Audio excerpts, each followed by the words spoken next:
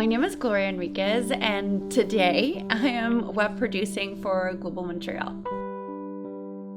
I was born and raised in Tegucigalpa, that's the capital of Honduras in Central America, and I studied there all my life. I went to a French lycée, so I had French education, and then I went on to university and I studied law, so I have a business law degree, and I didn't really like that much, and I just got a job in journalism as a magazine writer, and I fell in love with it.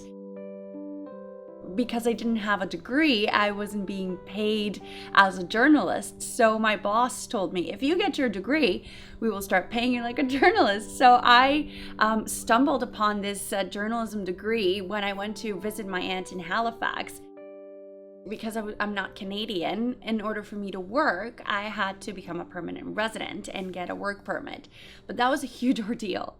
I had to go through so many legal issues and things and apply for these papers and other papers and reapply and withdraw my application, put it back in. So that whole thing took 2.5 years. And during those 2.5 years, I could not work. I could not leave the country. I couldn't do anything. It was awful. It was awful. Imagine not being able to do anything, not even if you wanted to. Global Montreal for me was my first job in the Canadian world, the first real job here. And it wasn't only a job. For me, this was a family as well, because they had taken me under their wing. I worked for 2.5 years on the morning show. Then after that, there were cuts at Global. I got called into my boss's office, and she sat me down, and I knew it instantly. I knew it was going to be a cut, and I knew my job was it. The reality sinks in, and you're like, oh my God, what the hell am I going to do now? You feel so sad. It's a loss. It really is a loss, and you're in mourning. I cried. I did cry a lot. And you know, there were many times where I would lock myself up in the makeup room and my colleagues would just hug me and tell me everything was going to be okay. You think you can't do this again. Turns out you can.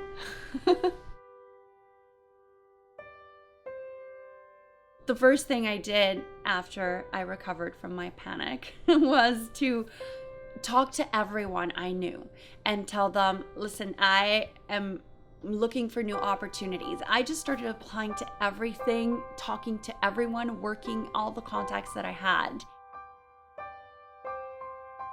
All the jobs that you can find are through networking.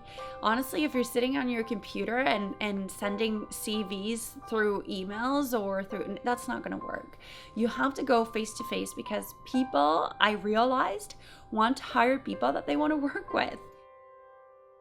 It's going to take you a while. You're lucky if it doesn't, but if it does take you a while, it's normal. You're gonna get 1.5 million no's, but then you're gonna get one yes, and it's worth it. Everybody goes through setbacks, but that doesn't mean that is you. It does not define you. It does not define your journey. And if it does define your journey, make it worthwhile. I was a researcher for the morning show, and I did 1,000,001 things, but I felt like I needed more, and I wanted more. And I wanted to be a reporter. So when I got laid off, I talked to my boss about freelancing, and I decided I was just gonna go for it. And she gave me a chance. I wouldn't have had that opportunity if it wasn't because I got laid off. So not every setback is, a step backwards. In my case, it meant a step forward. I think that the first time you experience a setback, you just don't know how things are going to work out. But now, knowing that I can rely on myself for picking myself back up, I think that will give me more confidence. I did it once, I can do it again.